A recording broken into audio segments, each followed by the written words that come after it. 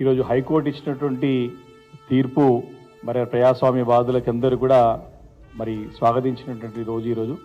దీన్ని BRS party స్వాగతిస్తూ ఉంది. మరొకసారి మరి కోర్టులు రాజ్యాంగాన్ని ప్రజాస్వామ్యాన్ని కాపాడుతుండడంలో మరి ఈరోజు నిరూపితమైందని చెప్పి కూడా ఈ సందర్భంగా మనవి చేస్తూ ఉన్నాం. ఇది మా బీఆర్ఎస్ పార్టీ యొక్క మొదటి విజయం. మరి ఈ రోజు నుంచి మా విజయాలు స్టార్ట్ కాబోతూ ఉన్నాయి. ఇక రాబోయే అన్నీ కూడా బీఆర్ఎస్ పార్టీ విజయాలని చెప్పేసి సందర్భంగా మనవి చేస్తూ ఉన్నాను. చాలా స్పష్టంగా హానరబుల్ హైకోర్టు మరి ఆదేశాలు మరి అదేవిధంగా తీర్పునిచ్చింది. 4 వారాల లోపల ఏవైతే పిటిషన్స్ ఉన్నాయో మరి పిటిషన్స్ని కూడా దానిపైన నిర్ణయం తీసుకోవాలని చెప్పేసి కూడా మరి చెప్పడం జరిగింది.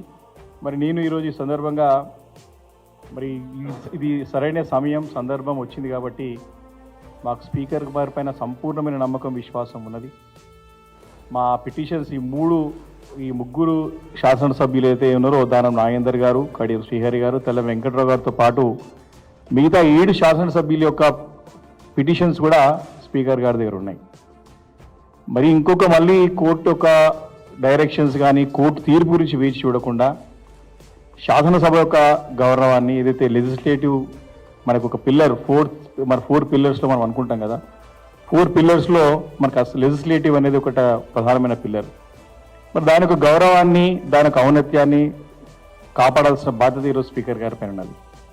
ఇప్పటికైనా సరే ముఖ్యమంత్రి గారి యొక్క ఒత్తిడులకు ప్రభుత్వం యొక్క ఒత్తిడులకు లోను కాకుండా వారు స్వతంత్రంగా ఖచ్చితంగా ఎలాంటి అనుమానం లేదు రాజ్యాంగం ప్రకారంగా పార్టీ ఫిరాయించిన ఎమ్మెల్యేల పైన అనర్హులుగా ప్రకటించేటువంటి సర్వాధికారాలు స్పీకర్ గారికి ఉన్నాయి.